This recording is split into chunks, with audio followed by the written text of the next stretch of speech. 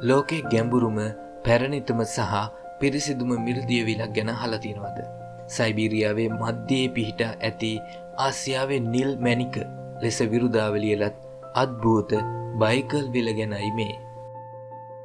මේ විල ලෝකයේ වෙනත් කිසිම තැනක දැකගත නොහැකි පුදුම හිතෙන කාරණා රාශියකින් පිරලා තියෙනවා.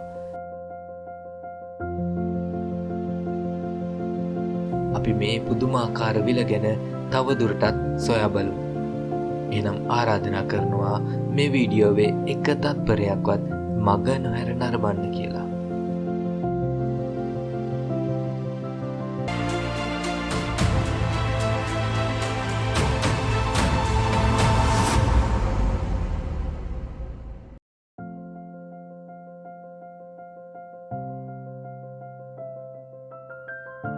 බයිකල් විල පිහිටා තියෙන්නේ රුසියාවේ සයිබීරියාවේ දකුණු කොටසේ.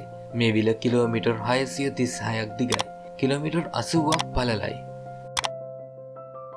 මේක කොච්චර විශාලද කියනවා නම් උතුරු ඇමරිකාවේ පංච මහා විල් වල තියෙන වතුර ප්‍රමාණයට වඩා වැඩි වතුර ප්‍රමාණයක් මේ තනි බයිකල් විලේ තියෙනවා. බයිකල් විලේ ගැඹුරුම තැන මීටර් 1642ක්. මේ ගැඹුර නිසා තමයි මේක ලෝකයේ ගැඹුරුම විල වෙන්නේ.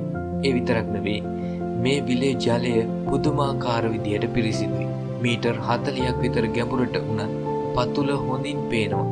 ඒ තරම් පිරිසිදු ජලයක් තියෙන හේතුව මේ විලටම ආවේනික සත්ව විශේෂයක් වන එපිචුරෙල්ලා බයිකලෙන්සිස් කියන කුඩා කෘමීන්. මේගොල්ලෝ ජලයේ තියෙන ඇල්ගී සහ බැක්ටීරියා පෙරීමෙන් ජලය පිරිසිදු කරනවා.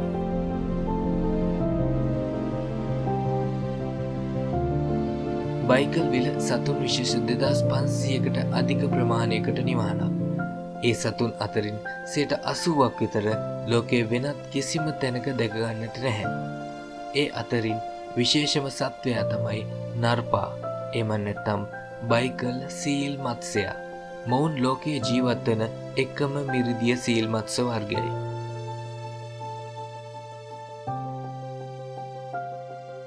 ශීත ඍතුවේදී බයිකල් විල සම්පූර්ණයෙන්ම ඝන අයිස් තට්ටුවකින් වැසී යනවා.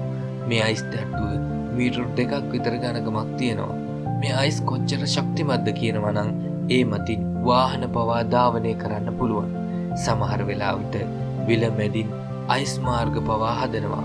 ඒ වගේම මේ අයිස් තට්ටු යට විශාල ඇතුලේ දර්ශනීය ගුහා පවා නිර්මාණය වෙනවා. බයිකල් විල වසර මිලියන 25ක් 30ක් පමණ පැරණි කියලා තමයි විශ්වාස කරන්නේ. ඒ කියන්නේ මේක ලෝකේ පැරණිතම විල. මේ විල වටා බොහෝ ජනප්‍රවාද සහ මිත්‍යා කතා ගෙතිලා තියෙනවා. ප්‍රදේශවාසීන් මේ විල හඳුන්වන්නේ ශුද්ධ වූ මුහුද. එහෙම නැත්නම් සීක්‍රට් සී විදියට. බයිකල් විල කියන්නේ හුදෙක්ම විලක් විතරක් නෙවෙයි. ඒක ස්වභාව ධර්මයේ අපූර්ව නිර්මාණයක්. මේ විල පිරිසිදුකම, ගැඹුර, අද්විතීය ජෛව විවිධත්වය නිසා ලෝක උරුමයක් විදියටත් නම් කරලා තියෙනවා. මේ වගේ තවත් පුදුම හිතෙන තැන් ගැන දැනගන්න කැමති නම් අපේ channel එක subscribe කරන්න අමතක කරන්න එපා. like කරලා කමෙන්ට් එකක් දාලා ඔයාලගේ අදහස් අපට කියන්න.